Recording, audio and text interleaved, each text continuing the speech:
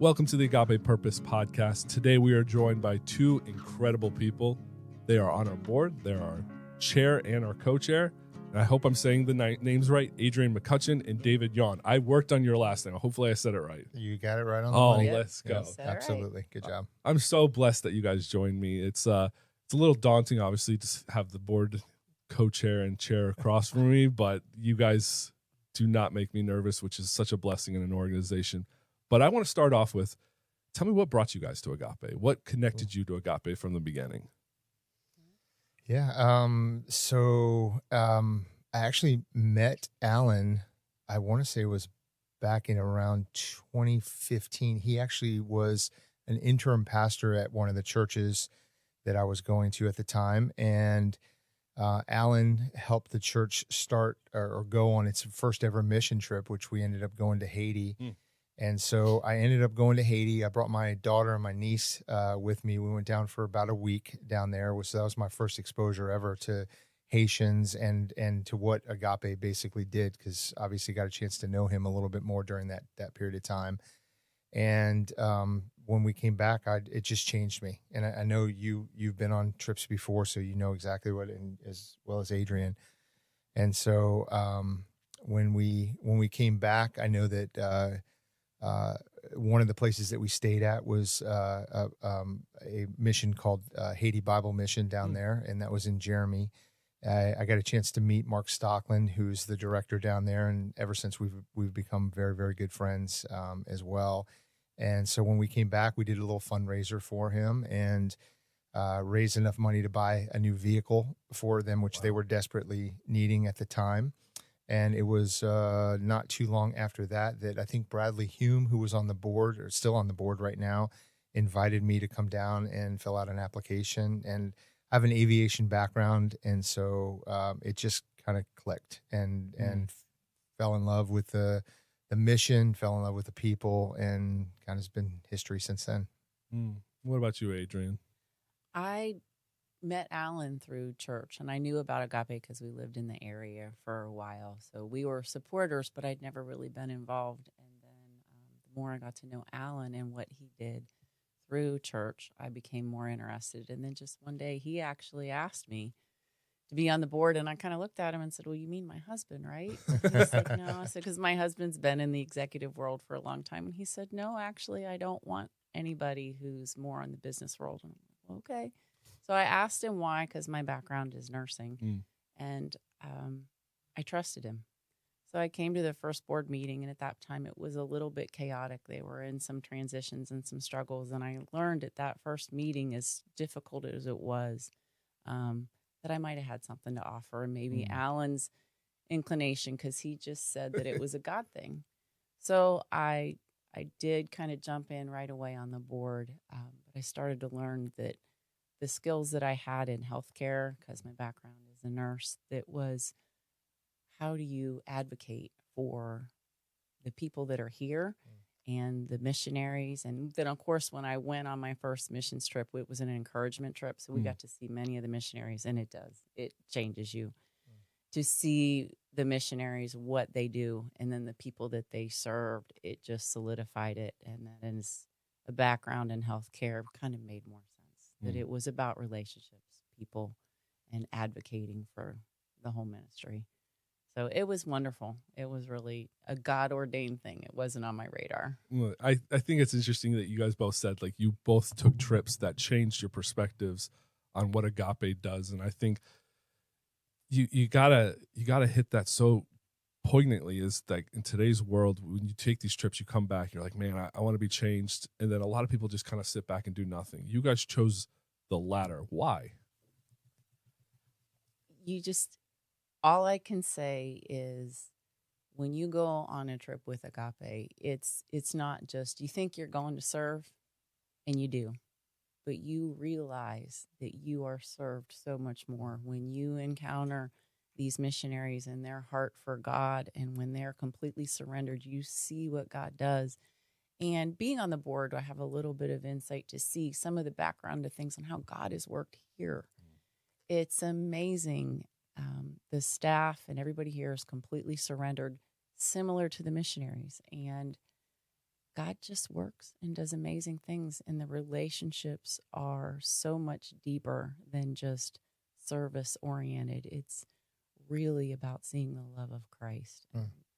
I don't really know how else to explain it. No, that but was beautiful. It's overpowering. It really is. Takes at least a few days, if not weeks, to kind of digest it enough to get back into American life when you go over there and you see all that they do. It is life-changing. It's like a gut punch. I think that's the best way to describe it. People are like, but you say it's life-changing. What's a gut punch? And I'm like, no, it's a good thing. It's God changing you. I think it's God opening your heart to see what you are capable of for the kingdom of God through ministries like Agape. Yeah. So, David, I feel like you wanted to elaborate. I'm sorry, I didn't mean to cut you off. No. I mean, the gut punch is an accurate statement, but it's eye-opening as well. I think, sometimes, especially if you've grown up in the United States, you've lived in such a prosperous country, and you can sometimes lose sight that the rest of the world doesn't live the way that we live. And so when I went to Haiti back in 2015 for the first time, I remember just as we were on the bus coming, heading towards the place where we were staying in Jeremy, I remember seeing people walking up and down the sides of the roads with water bottles.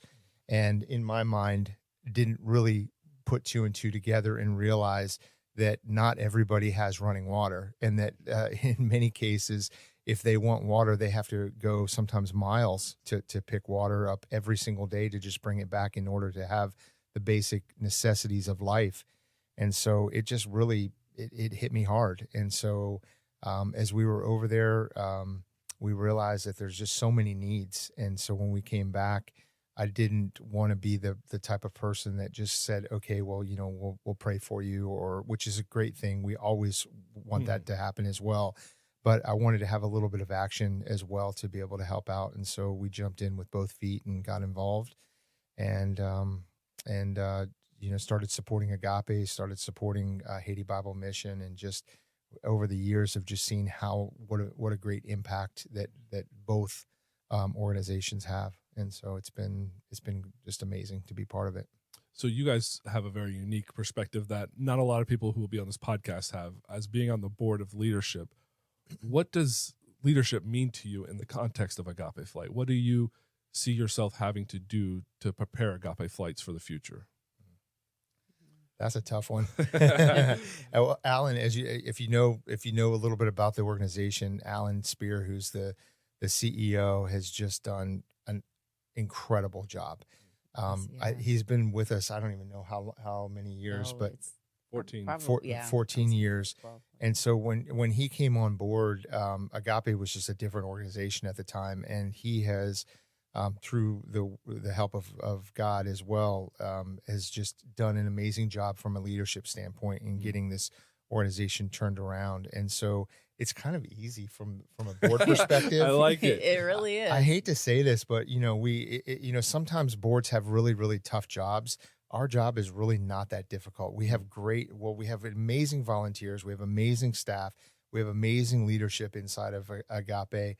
And so the board job is really not that difficult. It's not like we're facing tremendous amount of hardships every single day or having to make really, really tough decisions, but we just are there in more of a support capacity and helping out in the areas that we need to help out. But God's just been so good to this organization and has delivered so many amazing people and assets to this company. It's been good. So I don't know.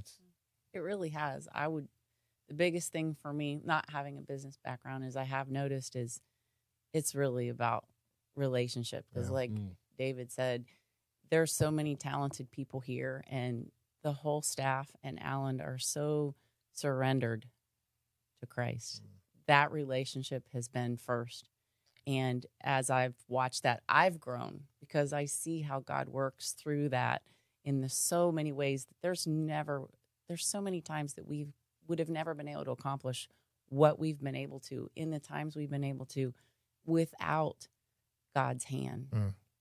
We have just grown exponentially, and those relationships make it really easy because we just need to know who our staff is, who Alan is really, because he's amazing and he's very open and communicative, and his vision is God-given, and we've watched it unfold. So the biggest thing is we get to just make sure that we're aware of what the needs are and just be with them through it. It's the relationship of Christ and the relationship of everybody here. I don't feel like I'm a board member. I feel like I'm more of the staff and even the volunteers. I love to be down there to volunteer with everybody because that's where it all happens. I'm the same way. That's what drives me. Like when we have pie in the sky, I'm excited to come down here and just work is basically what drives me on those types of days. So if we have to make tough decisions on the board, I'm there for that as well. But I love serving. So that's where my heart is. Yeah.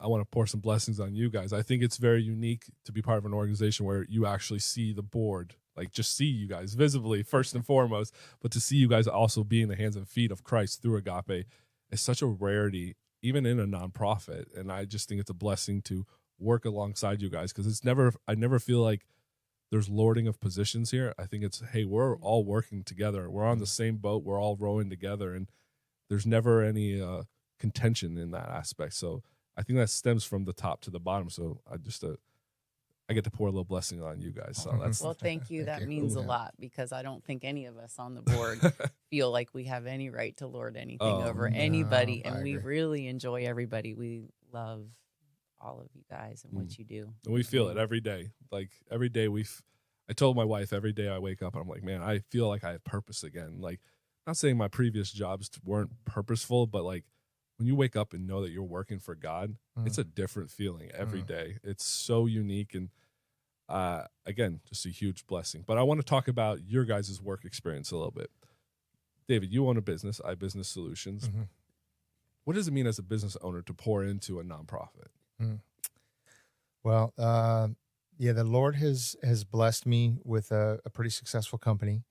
And I'm also part of a group called C12, which is basically, it's a great group that has taught me. I've been a member, I think, since 16 or 17. But basically, C12 teaches that your business is not just a business entity to make profits. It's actually your ministry, and that there's no differentiation between your business and your ministry. You actually combine it together.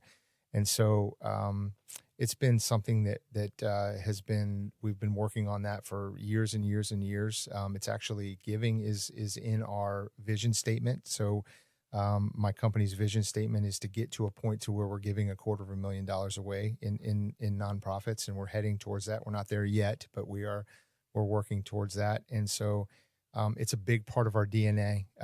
We support a lot of local nonprofits.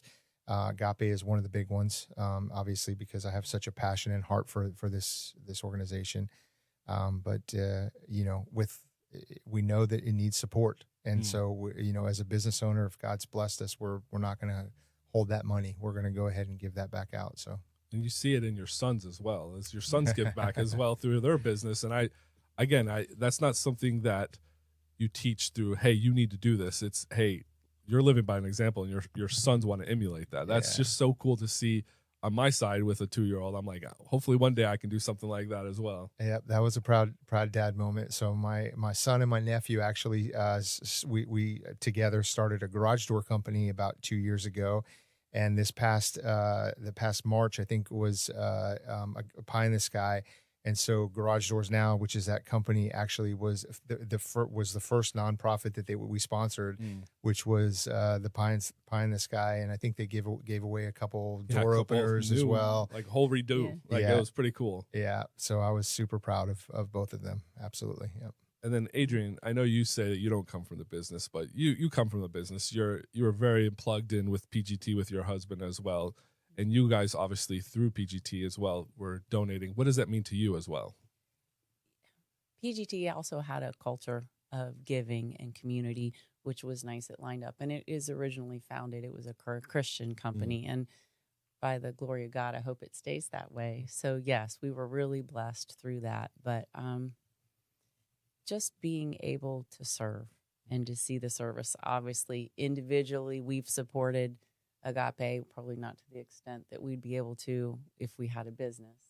But that is just, if you're not vested enough to give the money that God has given you, then it's really not where your passion is.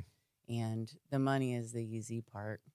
It's the service that's the rest for us. But because you guys aren't just giving money, you guys are giving your time, your energy.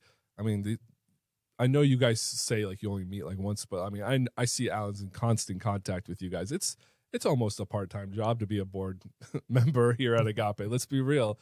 What, like, I want to know, what is the continuing factor? You say relationships. What else is there too? like you had said, when you know that you're doing something that glorifies God and you're being able to use any talent, financially, service-oriented, that you can to serve for whatever his plan. I'm feeling like I have the opportunity to be a participant in his plan. And stay there is where I find a lot of joy. And I think that that's kind of what the staying factor is. Also, like I said, I could go on and on about how much the people here mean and the missionaries mean. And I'm coming up on my last year of serving on the board. I have to rotate off because I've been on the board for a while now. So I'm going to... Let's see if Alan lets that happen. I'm going to miss it. I'm going to miss it. So it's hard for me to even say what the staying power is because it's been easy. And even as the board has evolved, we've got wonderful people on the board, and I have learned so much from them and just grown a lot, not only in my field of expertise in care, but learning that there's a whole lot more to leading than just executive skills. It's you know, you lead your son, you lead your family, you lead all of your employees, you lead your neighbors, to lead by an example that glorifies God. So just to get out of my comfort zone, which I did, but I'm very happy I did. I think we all are. Well, I think Adrienne underestimates herself sometimes. And so this is her last year on the board. And so I think the plans are that I'm going to step into her shoes next year, which I'm actually a little nervous to do. She filled some pretty big shoes with our previous chair, and she just took that and ran like you can't even believe. She's an all-star, 100%. And so I'm praying that I can do as good a job as she's doing right now. So I wanted to thank you for that as well. Well, thank you. Yeah. And I'll just say each year it gets better. So I'm 1.0, 2.0. It's going up. So it'll be great. Yeah. But ultimately, your question, it truly comes down to the people. I mean, I think if you were to ask anybody in here at the end of the day, why do we do this? We do this because we're serving people. And there's people that need the services that Agape provides. And without it, they really don't have many other options. And so, you know, that's one of the big drivers for me. You know, when you get a chance to go visit another country and see how they live and the things that the day-to-day issues that they have to deal with, you have a different place in your heart to be able to help them in those areas. And I think that's ultimately, you know, what Agape does. Yeah, I think it's the piggyback off what you said. You know, Greg said, "Hey, we lose money by the more we fly." Like that. Like our purpose isn't trying to make money, which people thinks we're just a cargo service that's just trying to make money off of missionaries. It's like, no, we lose more money the more we fly. What is something that Agape Flights does that you wish more people knew about? Good question. That's a hard one, because we do the best we can through wonderful people like you to let everybody know that we're more than a cargo service, a whole lot more.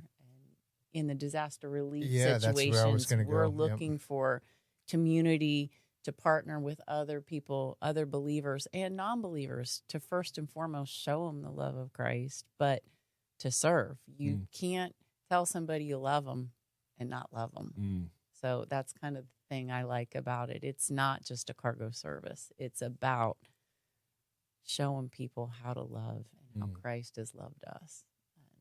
And I hope that that's getting more and more known because of the name and what we do. Well, and you know, Alan just has an amazing talent it's very, very hard to find someone that can do all of this, has the skill set that Alan has. And so not only is he involved in the day-to-day running of Agape, but he's also connected with other businesses. He's connected into political avenues as well. So, I know that has had influence and impact on decisions that are being made down in Haiti, in other countries as well. So it's not just the delivery side of it. He's been impactful in other ways that have changed people's lives as well. So yeah, I think it's so very unique on what all Alan has to do to ensure we even fly to Haiti. Yeah, he just came back on his trip from Cuba, just trying to ensure that we are able to fly in there. And he basically he had to work his way through. He had to talk to the lead of oncology. It's not just a one-step process for him to ensure these flights that are not even just going just to Christians, like you alluded, Adrienne. This is going to people who just have needs. Yeah. And the politics of that situation is atrocious. Let's just be honest. You shouldn't have to fight to give to those who need. But Alan has found a way to master that with his communication skills, but also at the same time still showing Jesus through it. That's not something you can teach. I truly don't believe that's something that you're born into with a gift from God. And the thing that I like too, it's an example of it in the disaster relief situations. Because of that, Alan's got connections in these countries. It's not going through a hierarchy of politicians. When we take relief supplies in, they're going straight to the needs. They're going straight to the people. We don't have to go through red tape to get it where it goes. We take it, they come and get it. And that's a lot because of Alan's ability to network. I tease him and call him Forrest Gump. Because I never know where I could turn on the TV and see him in the heart of Washington. I could see him out in the bush somewhere. I could see he's everywhere. I'm never surprised when he tells me something. I'd have to go, okay. What does the board envision the next 5 to 10 years at Agape? What do they see it turning out to be?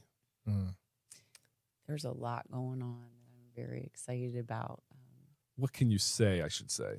Well, everybody, we're really in the process of getting a new hangar started. So that new hangar would allow us to have supplies on hand for disaster relief. It would allow us to expand our ability to provide.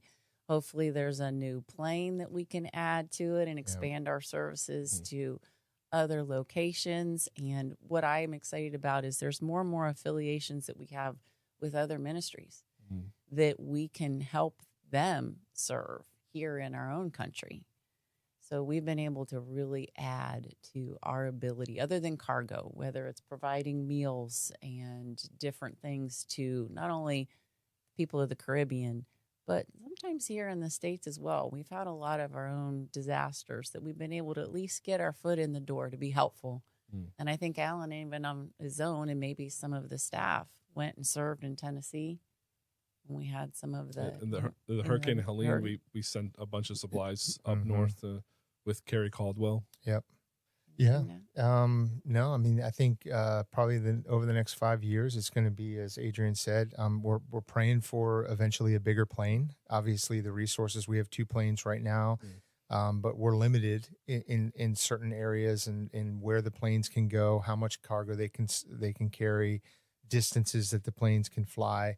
So a newer, bigger plane that would allow us to have a little bit more capacity would definitely be something that we would love to have. God bless us with that in the future, and expansion. So, we're into the Caribbean, where we have, I think, the DR. We're into Haiti, some places in the Bahamas as well, but also maybe even into South America. I know that's come up a couple times.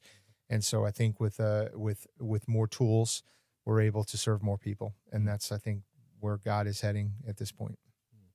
Is there any stories you guys like to tell about Agape Flights that really impacted you guys, and why added to your service to this company, I should say, nonprofit? There we go.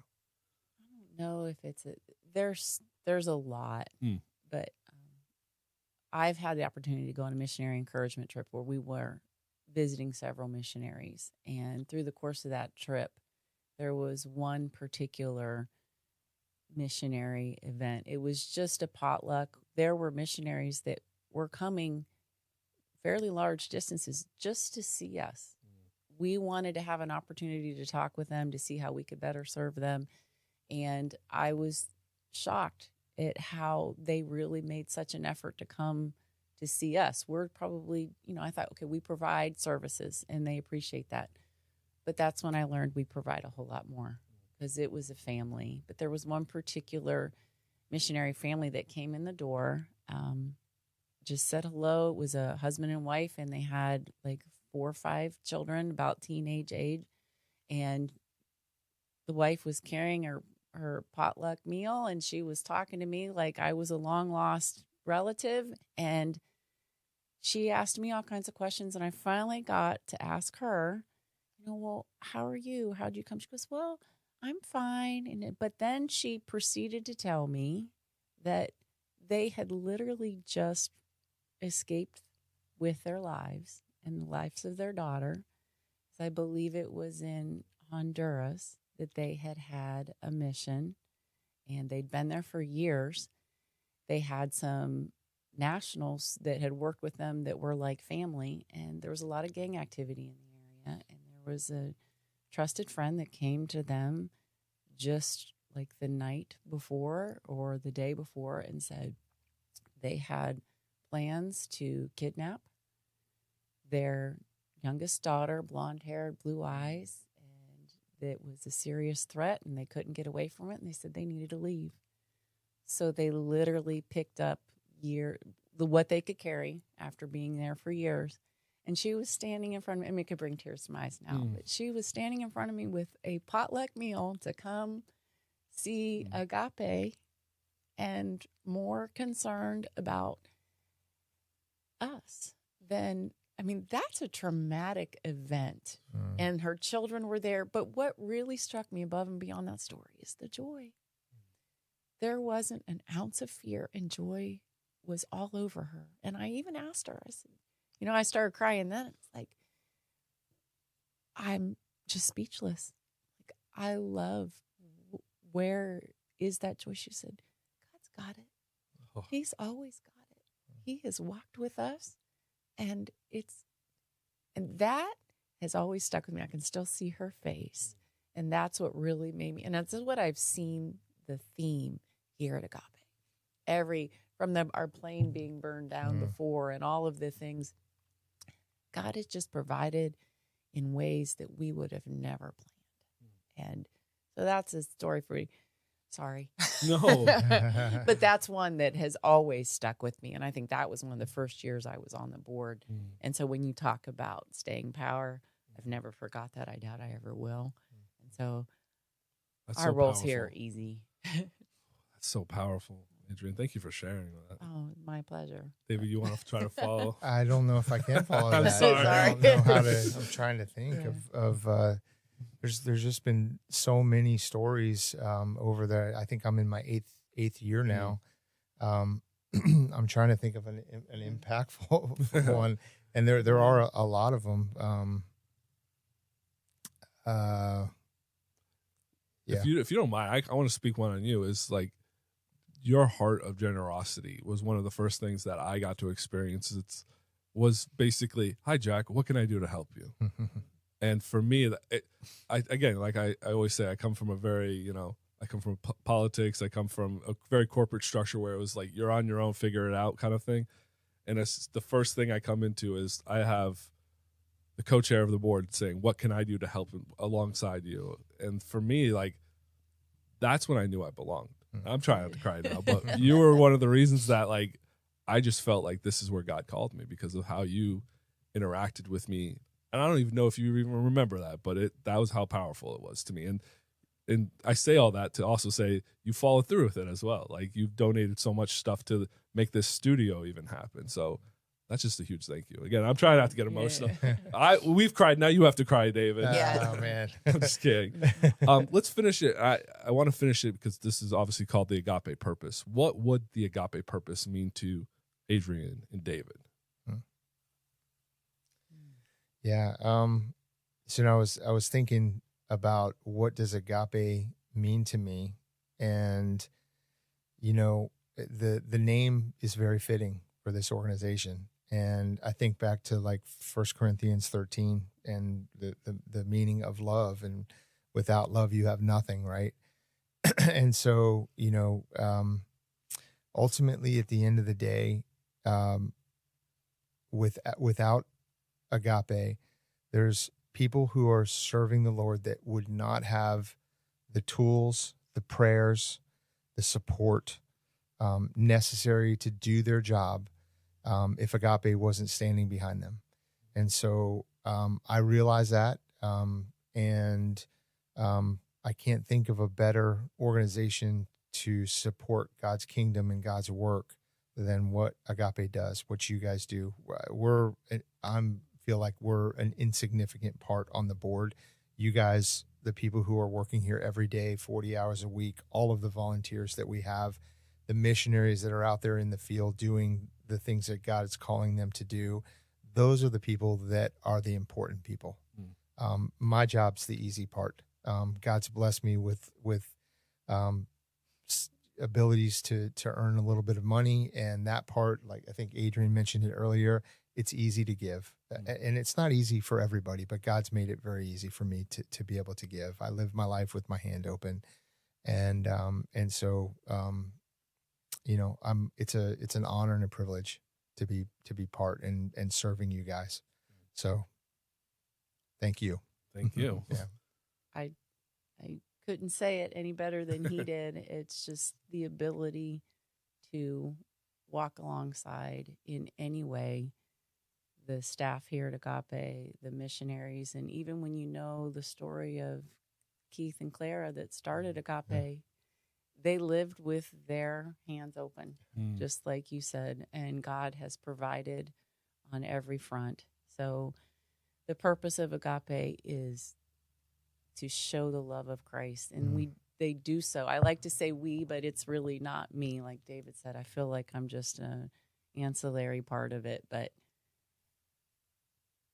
you see all the good works through the cargo and all that, but there's so much that's not seen. It's the relationships, it's the love, it's the, you know, walking, Alan going on the missionary trips, you all going on the missionary trips. It's holding those that are hurting and the babies. And there's so many horrible stories that we could tell you about the living conditions of a lot of these people, but to go and show them the love and the love of Christ. And even though in those conditions, when they know that people care, that makes a difference. And then that rolls into we knowing and them knowing that God cares. So I guess the purpose for me is just learning that you can never doubt the presence, goodness, and the faithfulness of God. And he has just been so good to me and to this organization. And I'm just so excited. I'm so excited to see more because I've been thrilled at what he's done. I can't believe what he will do. So I don't know if that's a purpose, but I feel more blessed to be a part of this than any blessing I think I've been able to give. So, well said. Yeah. Well, there we go. We're going to end on that clap, guys. Thank you so much. This has been a blessing for me to hear your guys' hearts, and I know it's going to be a blessing to people to hear about this, and we're going to have to fill Adrienne's seat, unfortunately, and hopefully that person's watching and can see what they have to fill. It won't be a problem, but thank you very much. I appreciate it. Well, thank you guys for listening. We'll tune in next week. We actually have Mark Stockland on next week, so that'll be interesting. That'll be fun. So you get to hear what his perspective. Now we're going to ask Mark about your perspective about, hey, when David was there, how was that with David? That'll be good. Thank you guys for tuning in. God bless.